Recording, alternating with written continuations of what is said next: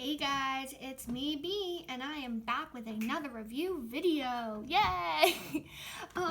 So my last review video I did the pastel pack of Tombow dual tip brush pens.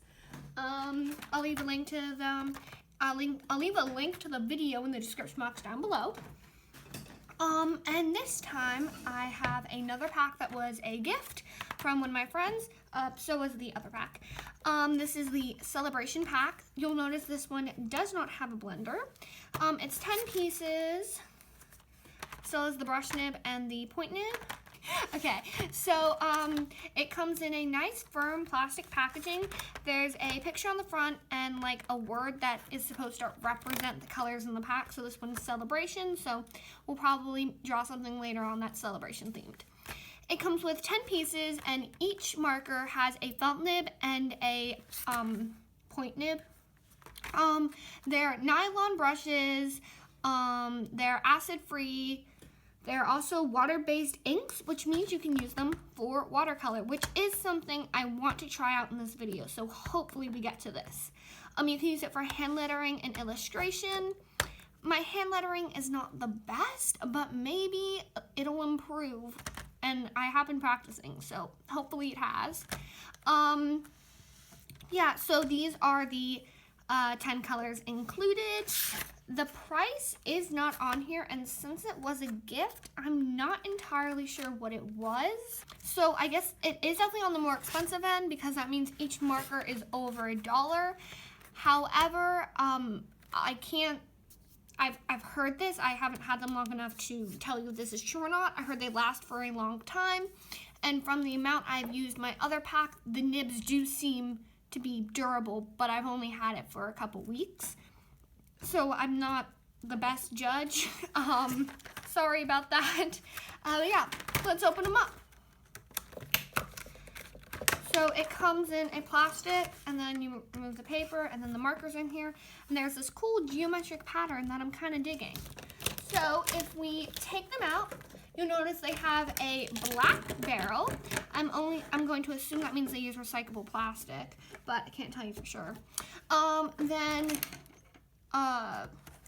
So the end with like the marker cap, like the color cap, is going to be your brush nib, and the end with just line is going to be your point nib. This is very similar to the Ohuhu alcohol markers, where the line represents the point nib. I don't know if that's going to help you or not. Why don't we start out by testing all of them, and just for you guys, I'll test them in the order they came in the box, just to make your lives easier.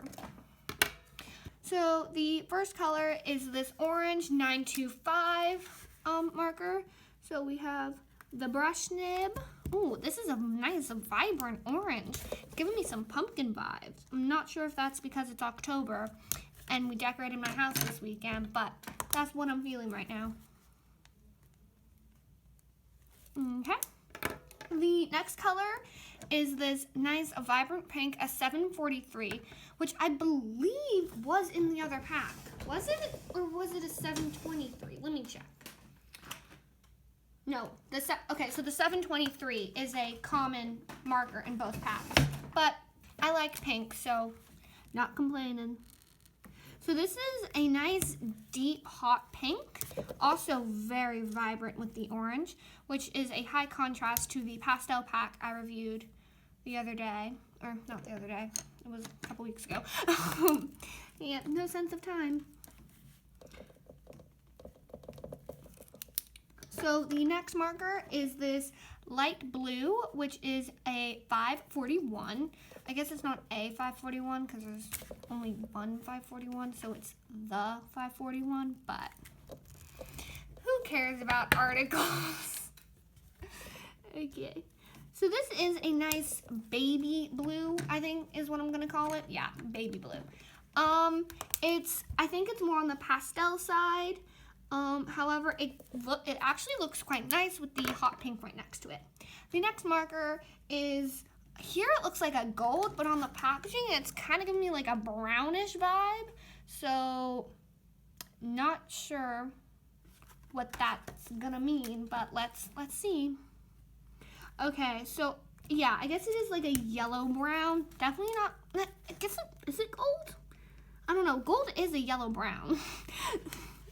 Is that metallic? I can't tell. Can you guys tell? I think it is. I'm gonna call it gold. I think it's gold, which is nice because it could be like gold accents. I don't think it's metallic. Oh, is it? I can't tell. I'm sorry. But that might be nice for like some gold accents. It is a very pretty color. It's like an ugly color, but at the same time, it's a pretty color, if you know what I mean. I'm making no sense. Okay, this next one is this light pinky orange. I feel like it's beige. Yeah, it's the color we're told is skin color, but like no one's skin is actually that color. You know that crayon everyone calls skin tone in like elementary school? It's that color. Okay, the next marker is red, 885. Ooh, this is like a nice vibrant red. Although I'm gonna call it a more red orange because I feel like I am seeing a hint of orange. If I had a red marker here, I feel like you'd be agreeing with me, but maybe because there is no red, it looks more red than it is. Okay, the next marker is this dark green, a 245, or the 245.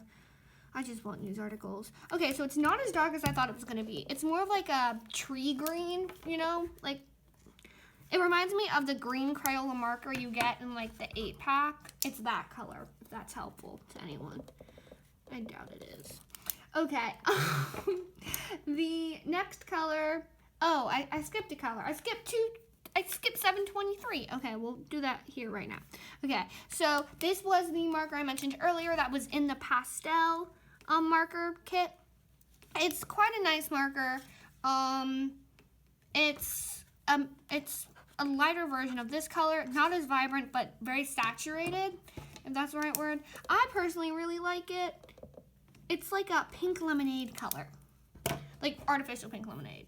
Like, yeah, okay.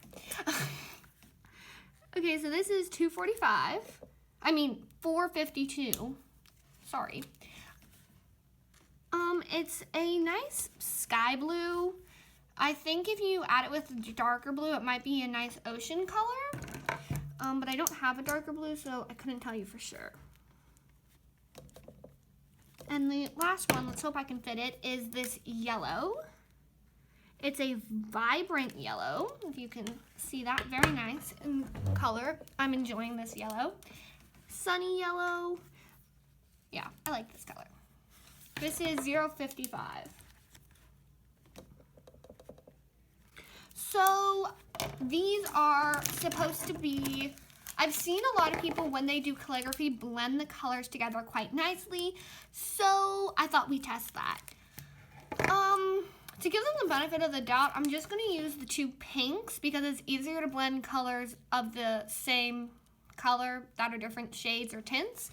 So I'm going to start with these, and if it does well, then maybe I'll do like orange and red or blue and green or something to step it up.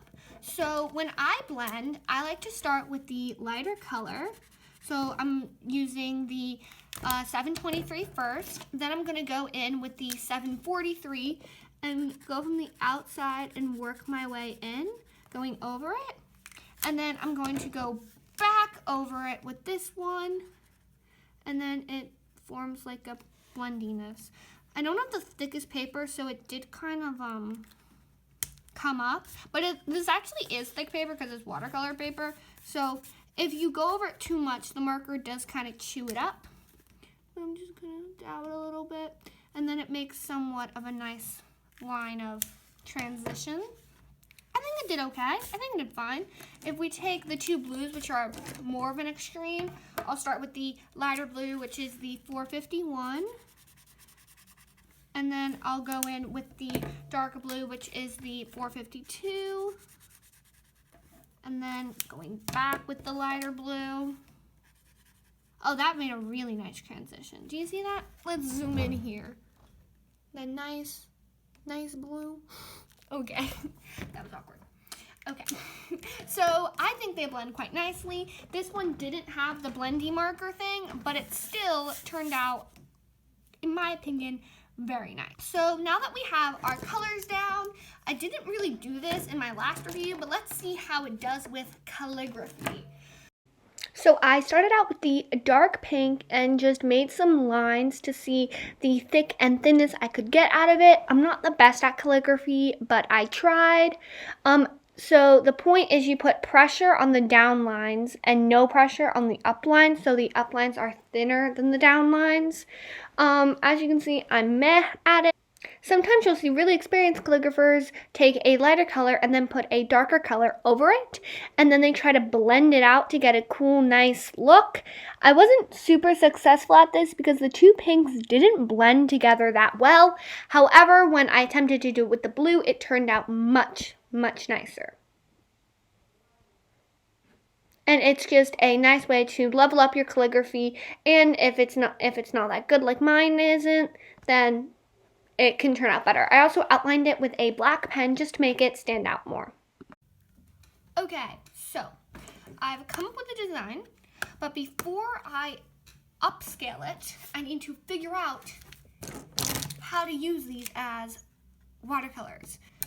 So I'm going to start by drawing a line, because that's what they seem to have done in the video.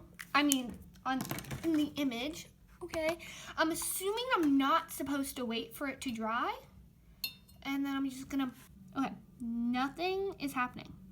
Oh, a little bit's happening. Nothing's happening really. So I'm gonna zoom back out. So going with the blue, I'm gonna really put it on there. So we got a lot of ink. And then I'm gonna go and okay, there's more.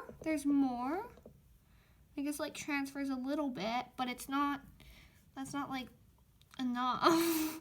You know, I was thinking that like this would all be one cohesive color, but that's not what's happening.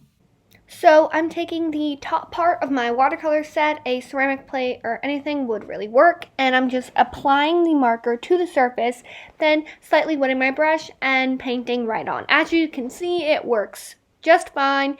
It goes right on.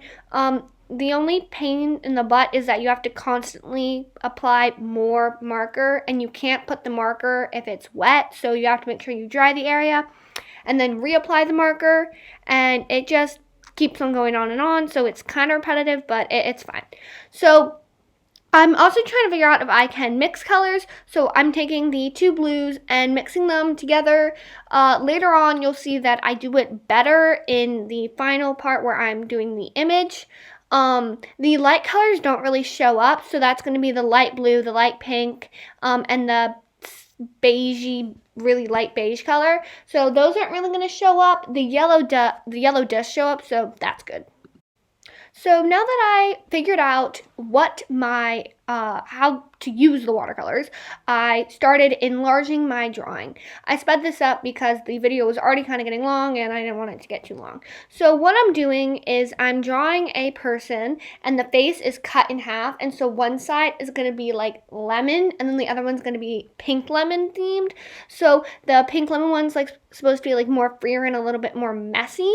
So I started out by taking the light pink color and mixing it with the beige. And then I just kept mixing those together and tried to make a thin layer to put over the entire piece. Then, just mention I used my kneaded eraser to get rid of the lines because the marker isn't thick enough to go over it.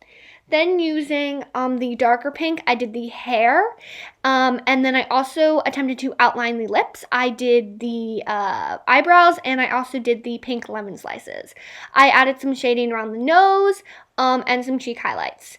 Then for the lemon side, I painted it a nice thin yellow, and then I really struggled to get a darker yellow, so I put in some orange, and I really regret that. And I realized that I'm not going to be able to use yellow, so I ended up using the marker where I outlined the eyebrows.